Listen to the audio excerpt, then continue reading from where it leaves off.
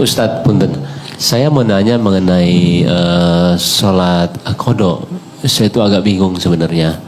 Misalkan saya ketinggalan, kita anggap itu 2 subuh. Hari ketiga saya sholat, apakah bisa dikerjain dua-duanya dalam satu waktu? Itu pertama. Yang kedua, ketika kita beranggapan sholat subuh ketinggalan, nah itu kita mendingan, misalnya kita, saya bangun jam 8, saya lebih baik sholat besoknya atau saya sholat subuh jam 8? Baik. Ya, itu aja. Terima kasih. Kasus kedua itu terjadi bahkan di lingkungan Nabi, gitu. Dan kesiangan Nabi. Ya, tapi hikmahnya kata para ulama, mudah bagi Allah menjadikan Nabi tepat pada waktunya bangun dan sholat. Tapi ditetapkan, diizinkan oleh Allah siang itu bangun untuk menjadi petunjuk bagi umatnya yang kesiangan bangunnya.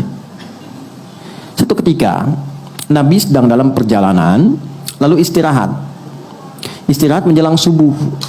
Ya, biasa rutin tahajud, biasa diperintahkan kepada Bilal bin Rabah radhiyallahu taala anhu, Bilal, kamu jaga.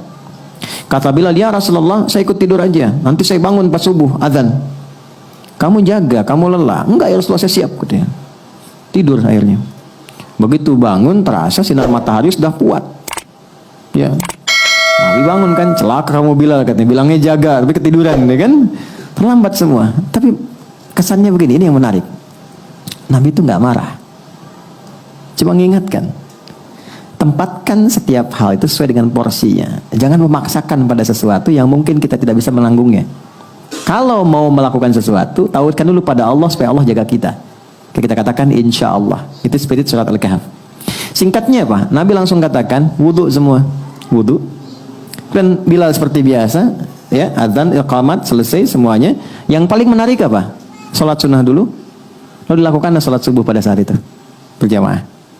Itu adalah jawaban terbaik yang memberikan cara. Komentar ulama hadis ketika melihat hadis itu, ini sebetulnya hikmah yang Allah berikan kepada umat Nabi Muhammad ketika mereka kesiangan dalam bangun tidurnya sehingga terlewatlah subuh tidak pada waktunya.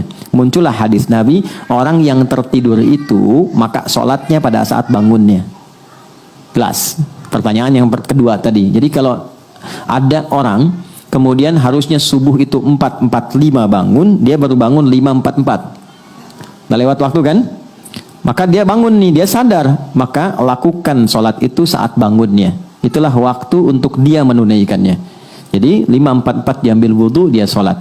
Tapi bukan maksud untuk menyengaja mengakhirkan sholatnya, karena memang terlelap, habis. Ini kasus masuk biasa. Saya di Tripoli, ada teman saya nggak bangun sehari semalam. Sehari semalam karena lelahnya. Didorong, digoyang, nggak bangun-bangun. Kita mau jatuhkan dari atas kan nggak mungkin. Di level di flat di atas. Jadi dia sampai bangun. Begitu bangun dia sholat, mengkodok semua sholatnya. Dia lakukan pada saat itu. Itu hadisnya ada. Jelas ya? Jadi bagian pertanyaan kedua dulu. Jadi kalau tertidur, bangun, sudah lewat waktu, maka dilakukan itu bukan besoknya. Saat bangunnya, di situ dia lakukan sholatnya. Sekalipun dia bangun di waktu zuhur misalnya. Maka dia sholat subuh dulu untuk mengganti yang sebelumnya, baru masuk ke zuhur. Jelas?